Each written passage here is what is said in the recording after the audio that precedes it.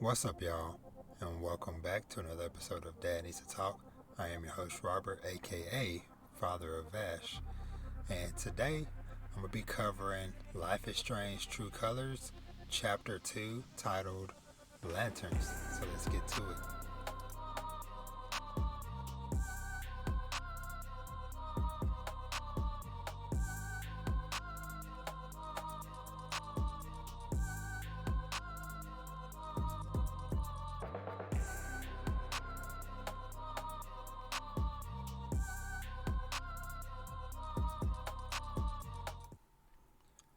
Alright, so welcome back.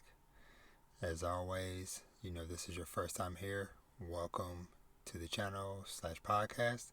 And if you're a returning listener, viewer, then welcome back. As always, front, if you're not already, make sure to subscribe to the channel, like, share, all that fun stuff. And so I'm back again for episode 2 of Life is Strange True Colors. I said that I wanted to try to document my journey as I make my way through these, and so here we are. So obviously, with this being chapter 2, clearly there's going to be spoilers because if you haven't already, go check out the first chapter that I posted yesterday, or I guess technically this morning, but yesterday or whatever, um, for kind of like general overall like spoiler free thoughts on like what I think of Life is Strange as a whole. But otherwise, yeah, we're kind of just dive in. I guess I'll say kind of like surface level before I start talking like super spoilers. I'll just say that this chapter was definitely a little bit more slowed down compared to the last one, and it felt like it was a little bit shorter too, because this one was kind of just like dealing with the aftermath of what happened in chapter 1. And so it was definitely a lot more just kind of like going around, talk with everybody, saying how everybody is coping and dealing with what happened, and then just trying to figure out like more clues and more information. So let's kind of just dive into talking about this a bit. So like I said, spoilers for chapter 2 titled Lanterns. So like I said, this kind of picks up where the last one ended, with kind of everybody, kind of just sharing their thoughts and stories of, you know, what they felt about Gabe, their, good memories and stuff of him. And yes, so it definitely, definitely kind of started out pretty heavy. The whole episode and the whole chapter in general is kind of heavy just because of, everybody trying to deal and process this situation in general. Of course, everybody's taking it different ways, but along the way, like with this chapter, I did like this part where she was kind of making fun of like how, she liked that he was helping her with her studying, even though he probably couldn't spell admissions or essay. But but yeah. So I just really enjoyed kind of just like I said, just getting to like dig deeper into this, and then kind of like finding out that basically okay, there is something bigger going on here, potentially somebody scheming or whatever. Because we did find out through this chapter that you know that Gabe did call, but for whatever reason, somebody at the company still told him to go ahead uh, with the explosion or whatever, with the mining stuff. And so this chapter, you kind of have a lot of, like I said, like a lot of people like fighting and angry. A lot of people are kind of mad at shoot, what's the one guy's name? So let me see if I can find Mac, trying to deal with Mac and seeing like, okay, like what is this deal? Because the whole chapter, he's kind of seeming a little bit shady and stuff. Because it's like he was the one that was on that was on duty when Gabe called, but supposedly, the call didn't go through, or whatever. But we did find out throughout this chapter, that that basically the big corporation, I don't know why I can't think of their name right now. I believe starts with T. Sorry, I can't think of it right now. But basically the big mining company, that they moving kind of snake like, because even like that one lady that was with chilling with the old man or whatever, she's kind of like skulking around town, and we kind of have like that scene at the very end. So I'm gonna see if I can kind of catch it. This one scene kind of like at the end when they're sending off the lantern in honor of Gabe's memory, how everybody else kind of is having like, yeah, right there, caught you. It's kind of having pleasant thoughts, but this one lady from the company, she has kind of like a purple aura around her. So, yeah, it was just kind of weird because you see like everybody else is kind of like happy and yellow, and then boom, sticking out like a sore thumb. And so I'm definitely curious to see like what is going on with her, and why are things playing out the way that they're playing out. But overall, like I said, I just enjoyed, like I said, just kind of just like getting to go around, talk to everybody, learn more about Gabe and the different relationships and bonds he had with people and stuff. But yeah, it was like just like super, like I said, super cool. Like I said, like it felt like it was way shorter than the previous one. But I'm trying to think.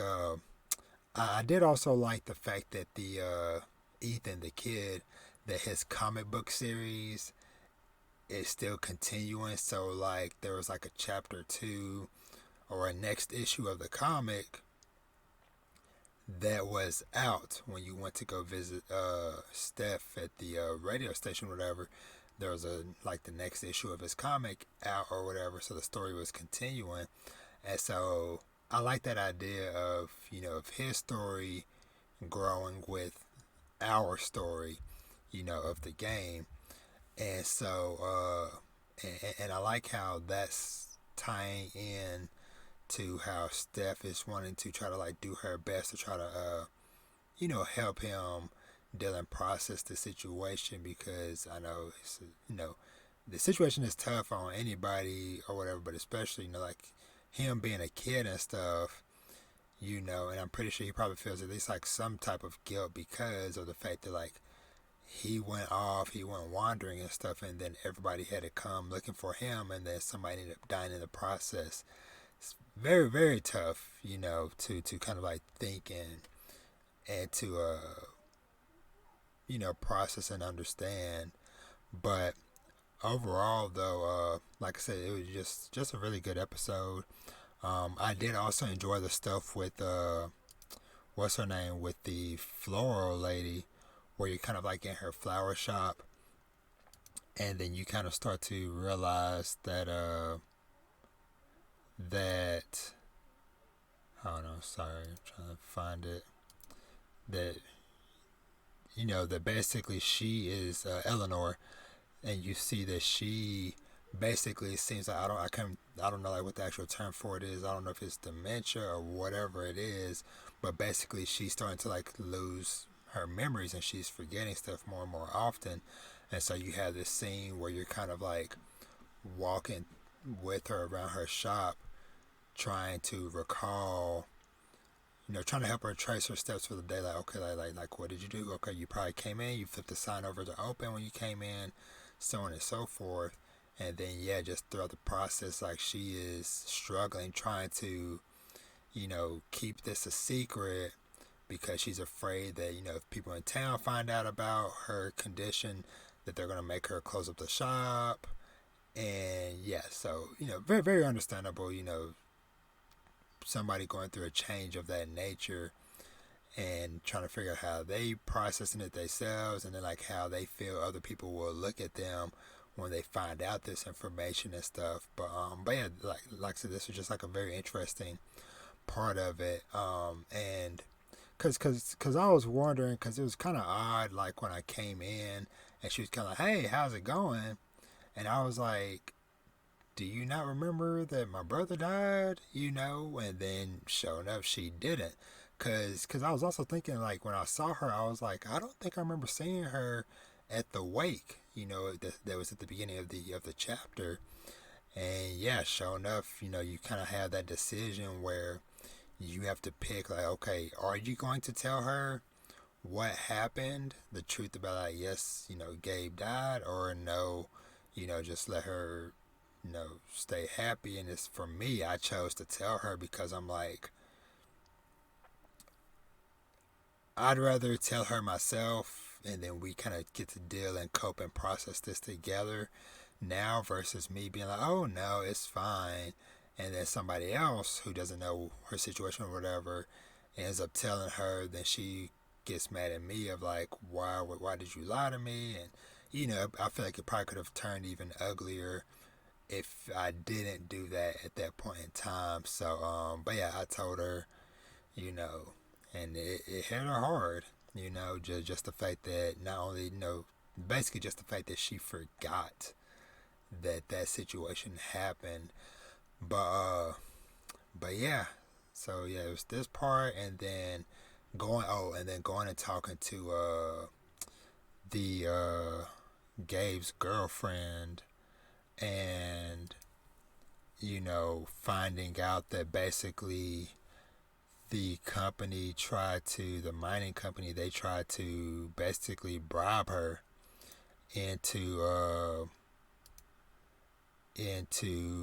taking some money, basically saying like, hey, if you promise not to press charges against us, we'll write you this very nice and hefty check of money, basically for your silence.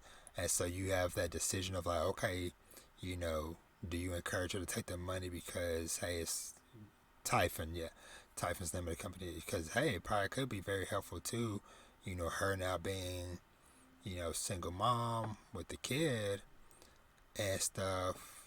But yeah, it was tough. But I told her, I was like, no, I can't, my conscience, I can't do it, and especially, you know, this being my brother, so yeah, I definitely had to tell like, hey, we don't do it, it doesn't feel right. And then yeah, so yeah, but yeah, like I said, overall, like I said, I'm still enjoyed it. I'm not gonna go on too long because, like I said, it's just kind of just recaps. But yeah, like I said, I'm very curious to see like what's going on with that lady. I am glad I was able to get Mac to calm down and to reason with him, so I can get some information out of him. And same thing with Riley as well. Getting her to kind of come to terms and understand, or basically like kind of like help to tell me the situation, of like, okay, like what's really going on with you and Mac, of how he tries to get her. He was like, hey, we need to leave town or whatever type of stuff. But yeah, I'm really liking these characters. I'm liking that we're getting to just like bond and grow with them. Same thing with Steph. Same thing with what's that guy's name? The park ranger guy. That moment with him towards the end of the episode where you basically tell him that, hey, you have powers, and that moment of using your powers to demonstrate like how it works, and then you experiencing the emotion of like pure joy was a beautiful moment, as well as he is like looking up at the clouds, and and he's reflecting on this crazy memory he had of Gabe from back in the day, and she got to feel that. And so yeah, good episode. I I got my butt kicked at the beginning with versus Steph and that freaking foosball table thing, so that was kind of funny. But yeah, I'm just very curious to like I said, like see where things go. Very curious to see like where things go with that lady from Typhon. She's snaking around town, and hey, is that just like a red herring, or is there like a even bigger bad, like her boss or something is like behind stuff, whatever? So I'm curious to know more about that and just how all this stuff is going to kind of play together, because yeah, the plot thickens, and honestly, I'm gonna throw this out there, see where it goes. But the old guy that that was with her, for some reason, I hope not, but for some reason, I have a feeling that he might be tied into what's going on for whatever reason. So, but we'll see, But that's gonna do it for this one, y'all. Like I said, that's episode 2 or chapter 2 of Life is Strange True Colors. So yeah, so this has been awesome. And that was a very loud Vash in the background. So yeah, it's time for me to go. Because it is this is another 1 a.m. recording. But yeah, but y'all, as always, make sure, like I said up top, if you're not already, subscribe to the podcast or subscribe to the YouTube channel. Make sure to like, leave a comment, let me know what you think of this, what you think of Life is Strange True Colors. And yeah, y'all be easy, and I'll catch y'all for the next episode. So y'all be good. Catch you later. Bye.